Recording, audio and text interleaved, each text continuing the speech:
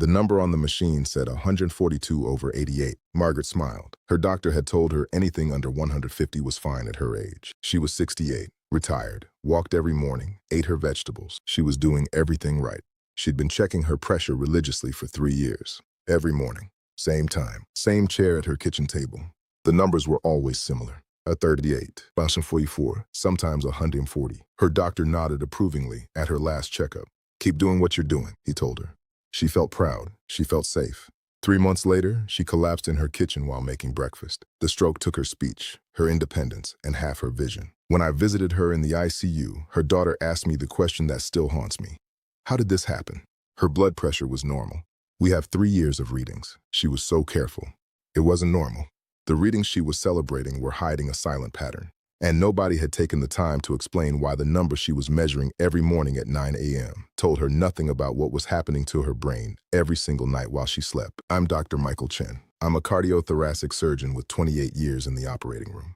I've opened over 2,400 chests in my career. I've held beating hearts in my hands. And I've spent nearly 3 decades watching the same preventable patterns repeat.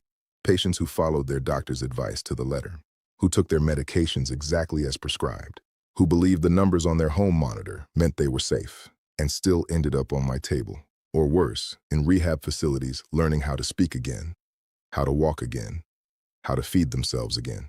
Today I'm going to tell you what nobody took the time to explain to them. The 5 blood pressure mistakes that are happening in millions of homes right now, starting with the one that fooled Margaret.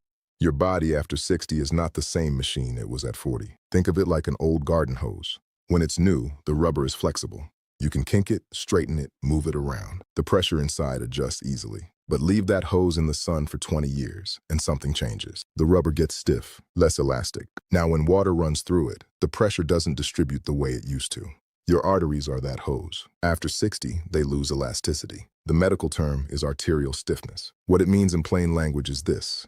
Your blood vessels can no longer absorb the force of each heartbeat the way they did when you were younger. That force has to go somewhere. It goes into your organs, your brain, your kidneys, your eyes. And here's the part that changes everything. The damage doesn't happen when you're awake and active. It happens at night, while you're sleeping.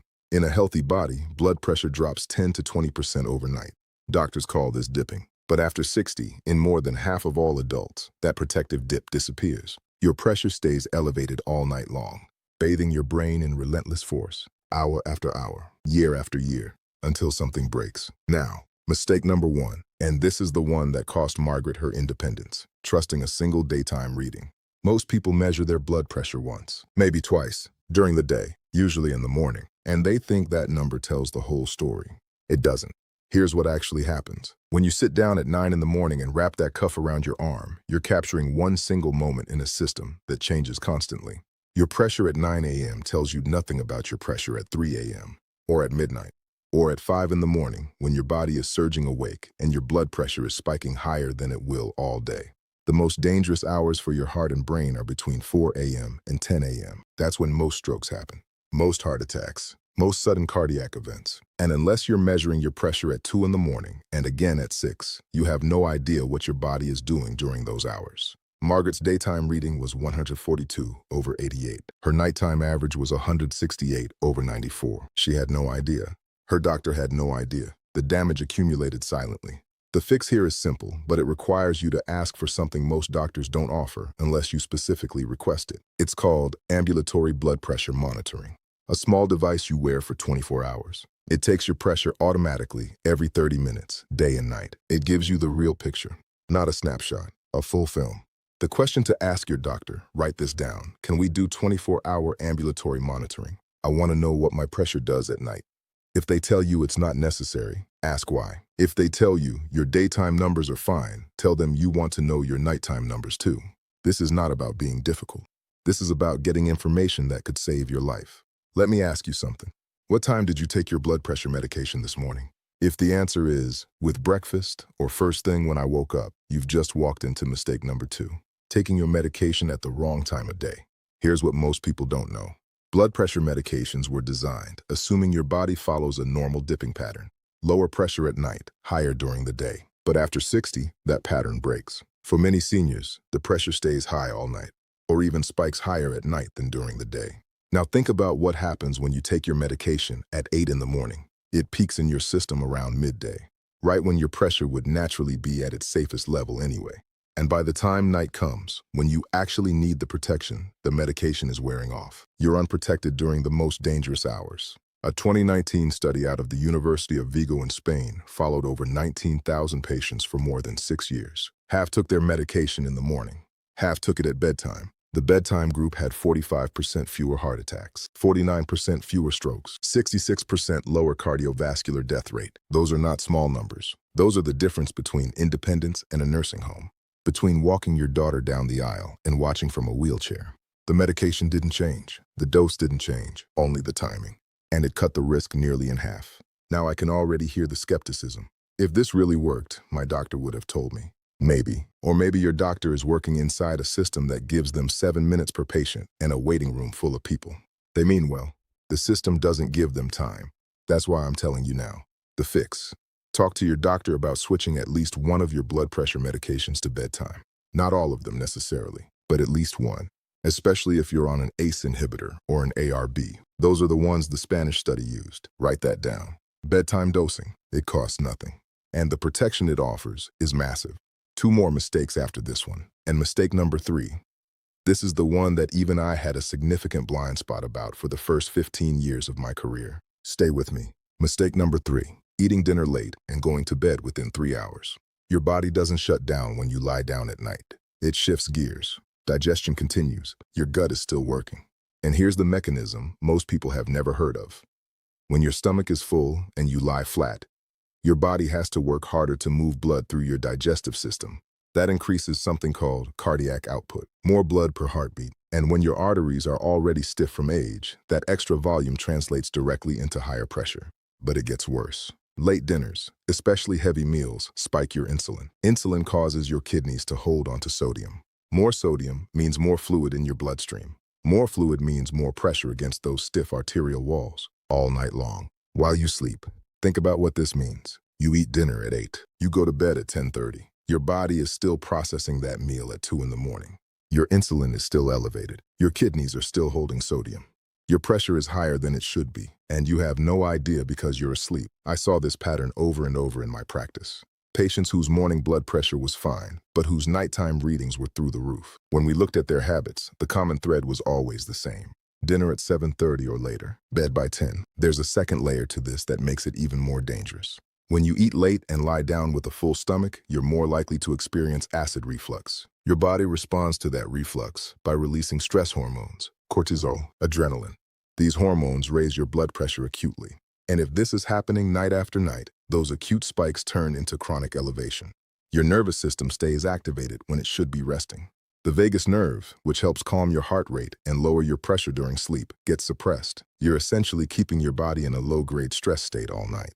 I had a patient, Thomas, 69, retired accountant. His wife did most of the cooking. They ate dinner around 7:45 every evening. By 10, they were in bed. His morning blood pressure was usually 135/82. Not terrible, but he complained about waking up feeling unrested.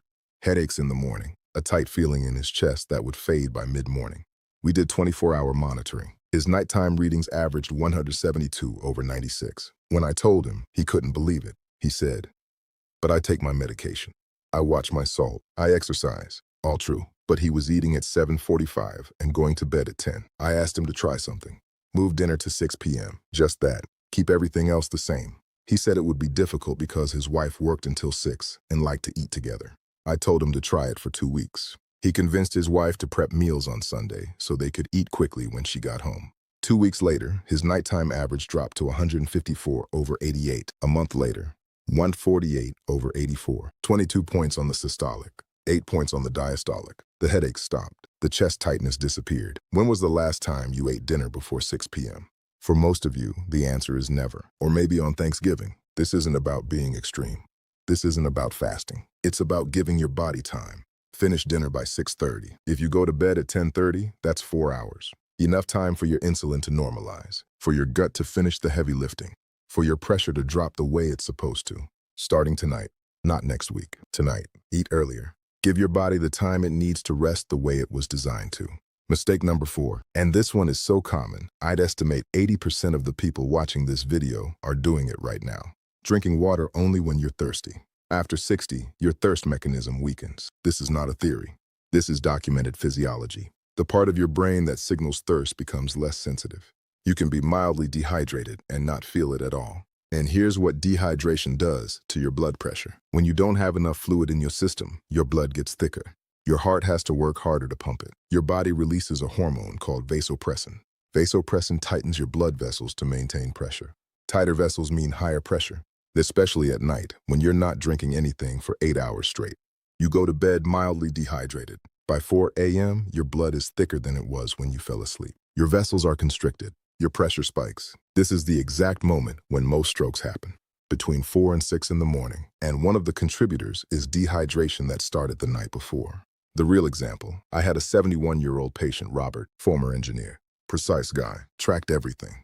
His nighttime blood pressure readings were consistently in the 160s over 90s. We tried adjusting his medications, switching timing. Nothing moved the needle significantly. Then I asked him how much water he drank in a day. He said, "I don't know. When I'm thirsty, I encendido, then bro." I told him to drink 12 ounces of water at 8 p.m. every night. 1 glass, that's all. Not a gallon.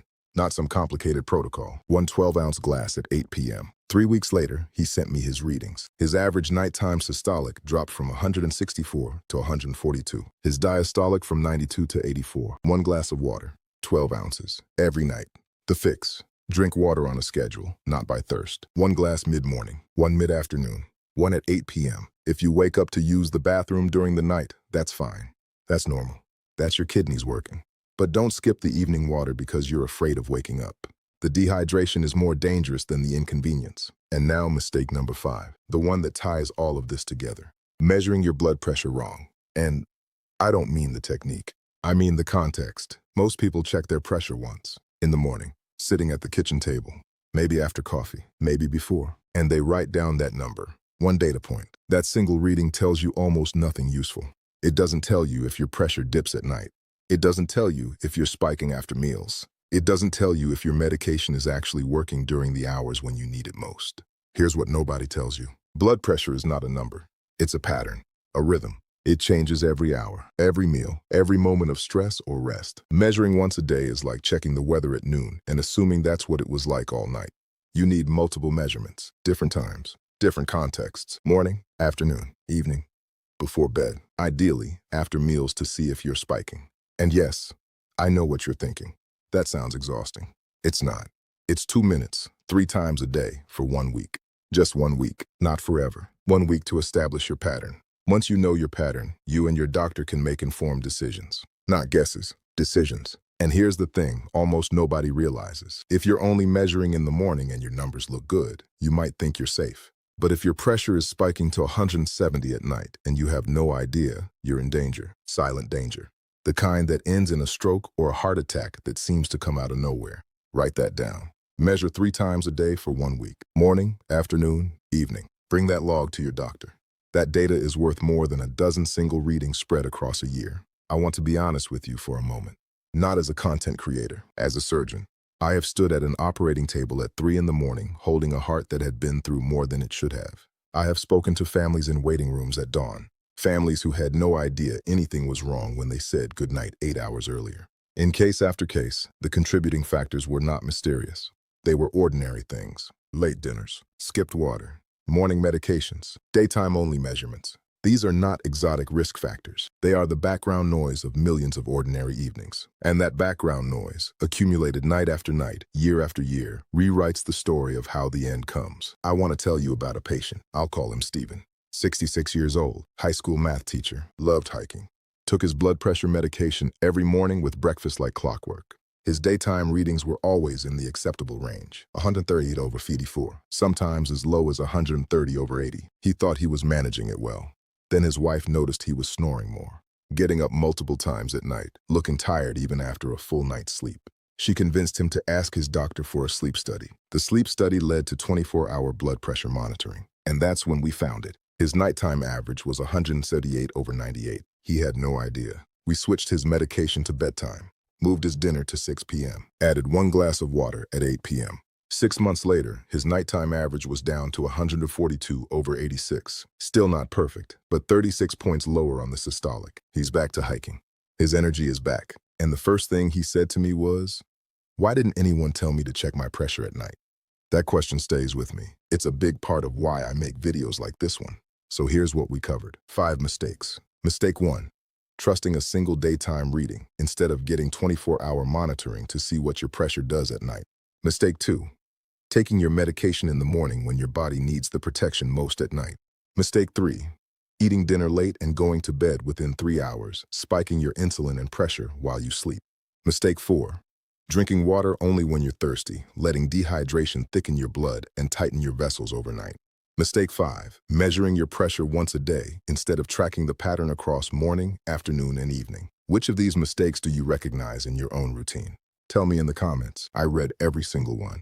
There is someone in your life, a spouse, a sibling, a parent, a friend, who needs exactly this information. Someone who checks their pressure once a day, takes their pills in the morning, and thinks they're doing everything right. Send this video to them. That one share might be the most important thing you do today. Every week I bring you honest, evidence-based information that I wish every one of my patients had access to long before they needed surgery. If you want more of that, subscribe. One last thing, and this is important. Everything I've shared today is based on published research and my clinical experience as a cardiothoracic surgeon. But your situation is unique. Your history is individual. Before changing anything, any medication timing, any supplement, any routine, please talk to your own physician first. That conversation is not a formality. It is the whole point. Better information, better conversations, better outcomes. That's the chain that matters. Your heart has been working for you every single minute of every single day for 60, 70, maybe 80 years without ever asking for anything in return. Give it this. Take care of your heart.